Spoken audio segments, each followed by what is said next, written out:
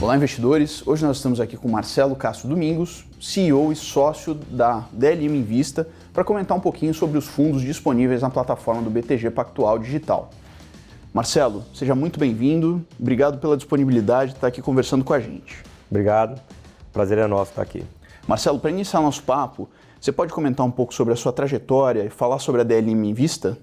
Bom, eu sou economista, depois eu fiz um MBA em finanças e um mestrado em administração. E anteriormente eu trabalhei em auditoria na Pricewaterhouse e depois nas áreas corporate do Bank Boston e do Unibanco. E há 15 anos, junto com outros sócios, fundamos a DLM, né, que é uma casa de espírito de equipe, né, todo mundo com experiências anteriores no mercado financeiro, mas mais do que isso, todo mundo trabalhando junto aí há 15 anos, desenvolvendo processos e uma filosofia de gestão hoje bastante madura, bastante arraigada na equipe como um todo. Como são os processos de tomada de decisão hoje na DLM? Acho que esse é o principal ponto, assim, além da filosofia consistente de gestão e da disciplina, a gente tem um processo colegiado. Então, o analista de crédito, que é o nosso foco principal, ele faz uma análise individual, né? A gente tem uma sistemática onde, além de um processo robusto de análise de crédito, existe um questionário numérico mesmo, com cerca de 50 itens, onde cada um vota individualmente e depois nós vamos ponderar aquelas notas numa discussão colegiada. O legal disso é que as diferenças nas notas dos itens, né, como alavancagem, governança, modelo de negócio, resiliência, elas podem ser diferentes, mas as diferenças elas vão fomentar a discussão. Fomentando a discussão, a gente está garantindo que nenhum ponto passa desapercebido, para então a gente tomar uma decisão final. Então ele é um processo que ele tem a parte individual, a parte de aprofundamento de cada analista no setor, na empresa, leva isso para o conjunto, onde as pessoas também estão vendo outras companhias, outros segmentos, a economia como um todo, para a gente contextualizar aquilo e agregar valor com novas opiniões, contrapontos, e depois de temperar isso, a gente toma uma decisão de se investir ou não. Vale dizer que para investir, e o nosso foco principal são emissões de high grade, né, com notas elevadas, notadamente das principais companhias, a gente vai olhar o fundamento, a garantia, toda a análise da empresa, né? Mas aí passa depois para um segundo ponto, que é a precificação, né? Porque, na verdade, o que a gente tem que fazer pelos nossos mandatos, pelos fundos de investimento que a gente está gerindo, é não somente ter um ativo de ótima qualidade, né, onde a gente não vai perder dinheiro, que é a primeira premissa, mas um ativo também que esteja remunerando adequadamente os fundos pelo risco alocado. Então, aí tem uma segunda discussão, né, e uma segunda discussão muito importante, que ela visa entender se aquela precificação está adequada, qual a duration que a gente vai tomar, qual o peso que aquilo vai ter nos portfólios, para que, como um todo, né, a gente tenha diversificação, geração de valor, não concentração e uma gestão muito rígida mesmo de riscos, né, que é um negócio constante, diário, e que na DLM é um dos pontos talvez mais fortes. Hoje a gente tem 3 fundos disponíveis na plataforma. Você pode comentar sobre eles e as principais diferenças, qual que é cada mandato? Perfeitamente. Bom, a gente tem primeiro o DLM Hedge Conservador e o DLM Hedge Conservador 2, né? Esses são 2 fundos que, com liquidez diária, têm entregue um resultado superior às suas metas, né? Em termos de meta, vamos dizer assim, seriam fundos que buscam superar o CDI, mas buscam alguma coisa ali próximo de 105. Ambos estão superando isso, né? O DLM Hedge Conservador com alguma coisa em torno de 106, ali, 106 e pouco no acumulado. O DLM Hedge Conservador 2 com 110 e pouco nos últimos 12, 24, 36 meses. E o que a gente faz nesses mandatos? Uma parte da alocação está em crédito privado, esses créditos de alta qualidade que eu te coloquei. A outra parte do mandato está principalmente em operações que a gente chama de estruturadas no material de divulgação, mas que são principalmente operações de doação a termo, né? Financiamento de termo, doador somente, que é um negócio que a gente faz aí há mais de década, né? Com bastante diversidade, que gera alfa para os fundos, sem risco de crédito, né? E que tem uma partezinha do mandato onde a gente faz aquilo e acaba agregando o resultado com um produto final de baixa volatilidade. E o principal, né, que é uma estrutura de caixa adequada, né? Esses fundos, por eles terem uma liquidez em D+1, eles carregam uma posição em caixa maior, né? Caixa em LFT mesmo, a gente não está buscando curva de juros, nenhum ganho macro. Nosso mandato é spread de crédito e essas arbitragens.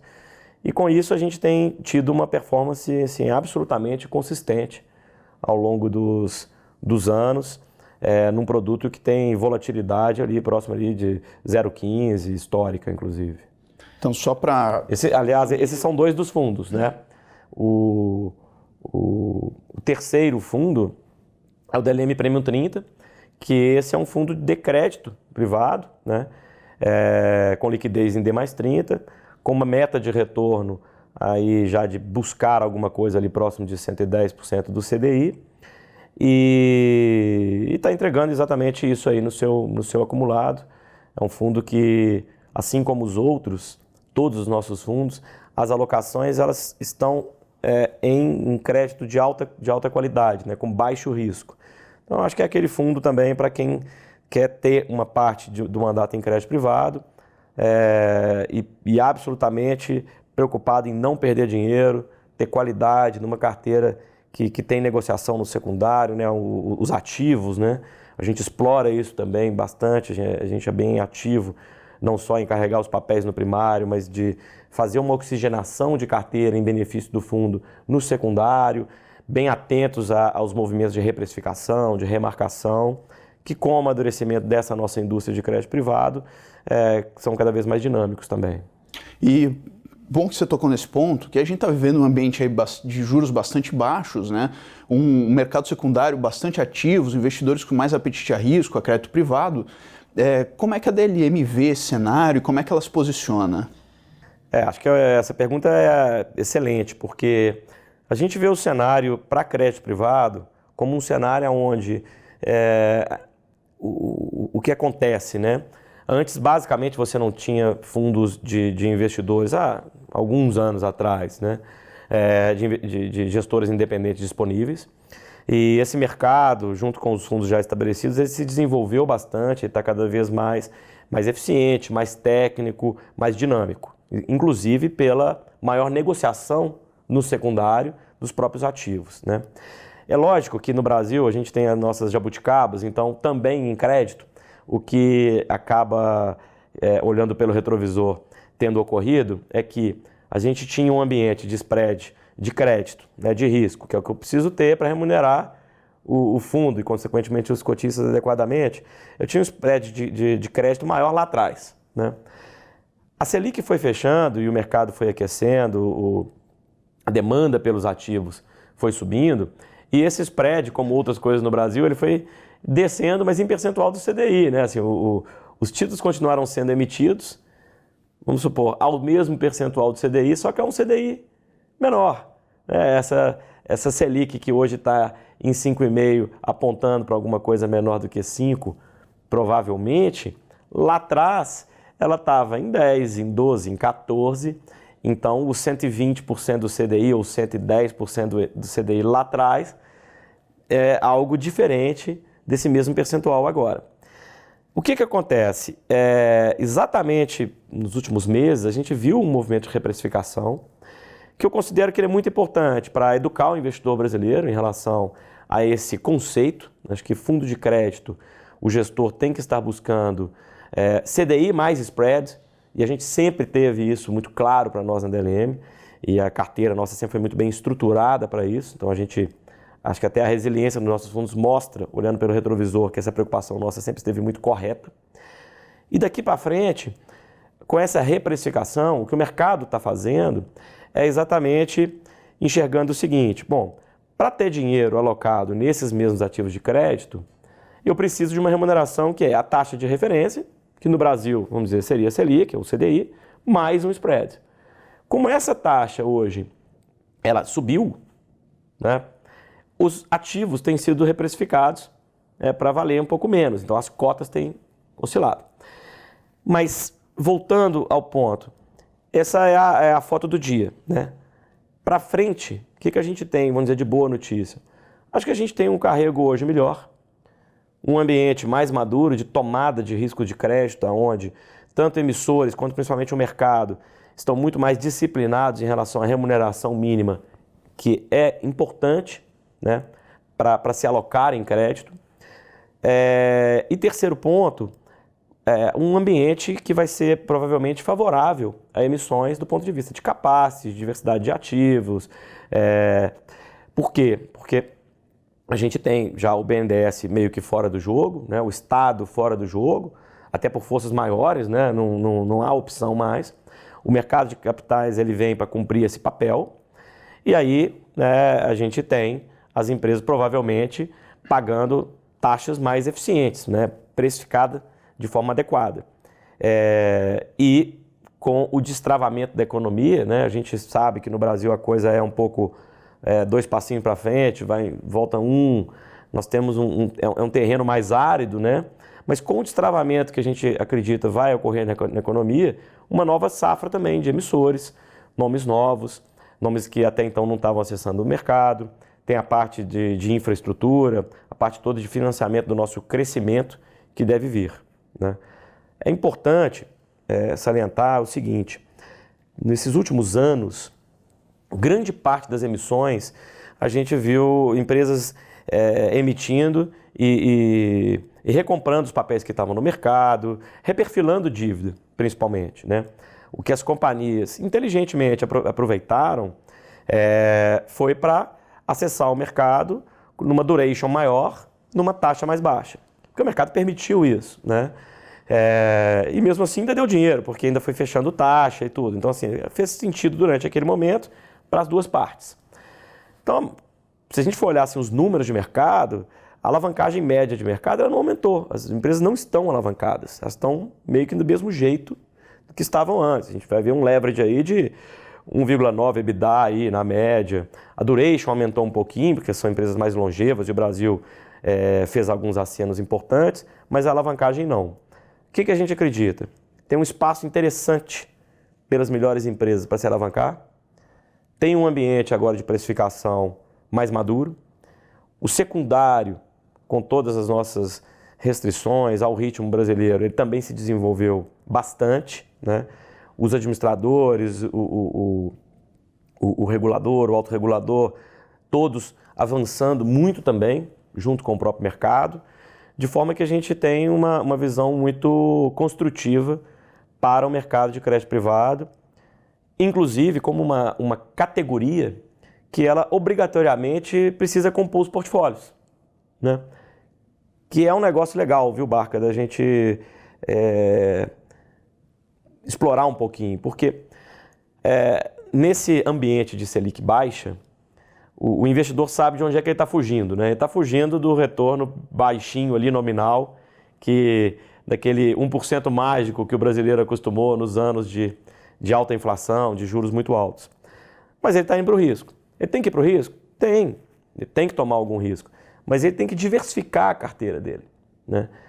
Por quê? Porque provavelmente, na hora que ele for entender efetivamente o risco de mercado, o risco de resultado específico das companhias, o risco associado ao crescimento do PIB, ele vai ver, na prática, com volatilidade, com o retorno da carteira dele, que o Brasil ele é um ambiente ainda com muita incerteza e nesse ritmo, às vezes, descompassado, né? E aí, por que o crédito tem que compor o portfólio? Porque o crédito, na verdade, além dele gerar um pouco de retorno excedente, e ele gera, né, ele também serve como defesa, né?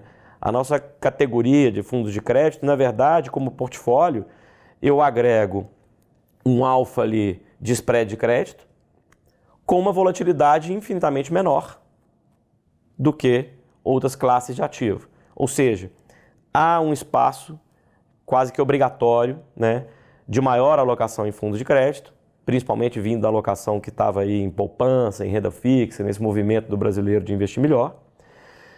E nas carteiras, um movimento de alocação pela diversificação. Ah, sem dúvida. Esse é um ponto que a gente sempre toca bastante aqui com os nossos investidores, a gente sempre salienta muito, né? É sempre importante ter uma parcela em renda fixa pós-fixada para fazer a diversificação adequada da carteira. E você tocou num ponto muito importante também, que é o desenvolvimento do mercado, né? Tudo isso que você falou vai em linha com algo que tem se tornado cada vez mais importante, né? Que são os controles de risco. Como é que isso funciona na DLM? Perfeito. Bom, primeiro, o principal fator de risco dos nossos fundos, né, é risco de crédito.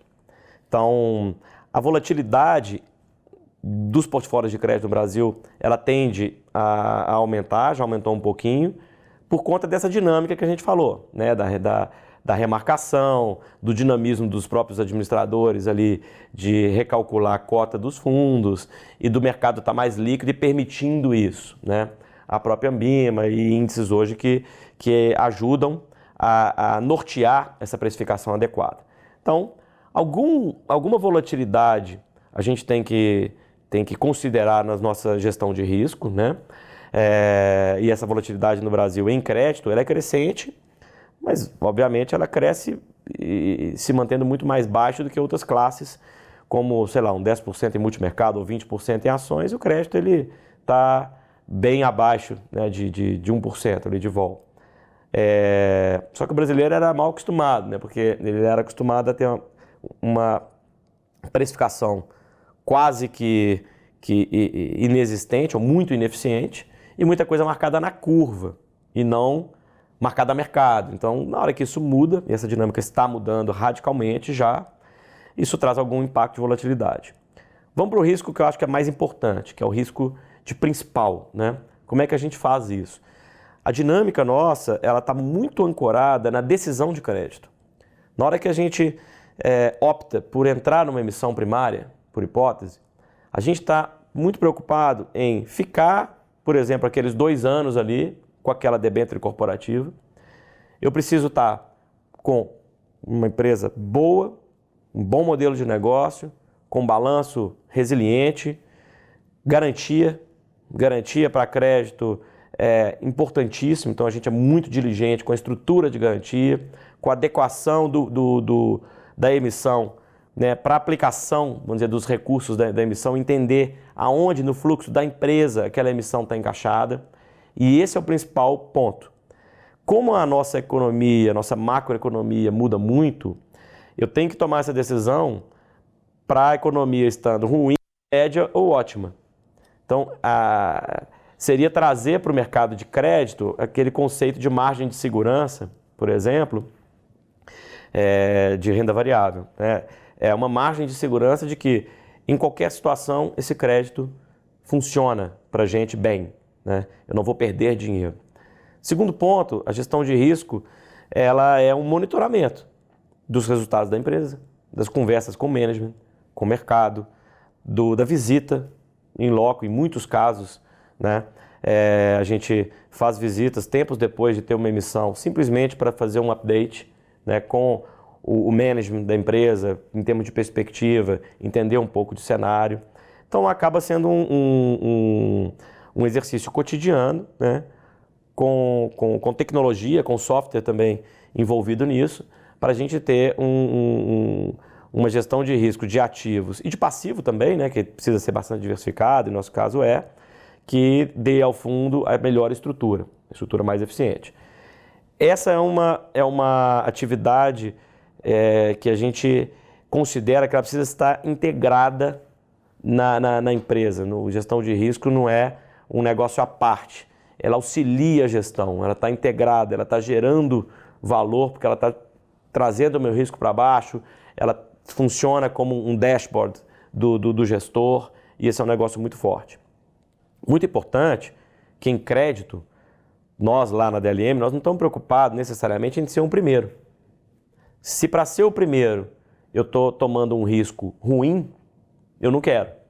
A gente quer estar entre os primeiros. A gente quer estar entre os primeiros significa ter o melhor retorno pelo risco que a gente toma. Eu quero estar no quartil ideal. Se eu tomo um risco aonde eu estou descompassado, né, com a minha proposta de qualidade de carteira e tudo, o que eu posso fazer? Eu posso descer de quartil. Então, em alguns momentos, o mercado está mais apertado em termos de caixa ou de taxa, ou o mercado está crescendo demais, ou existem emissões, às vezes, novas, que são boas, mas que podem ter um efeito negativo de reprecificação.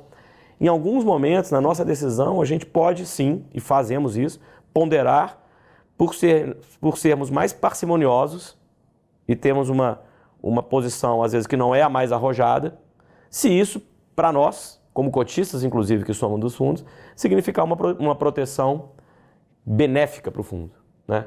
Acho que nós estamos no long run. A questão é, na maratona, quem chega ao final, né, em pé, sem problema, sem perda de crédito, entregando para o cotista o que foi pactuado, que é uma carteira com excedente, com geração de alfa, mas com qualidade.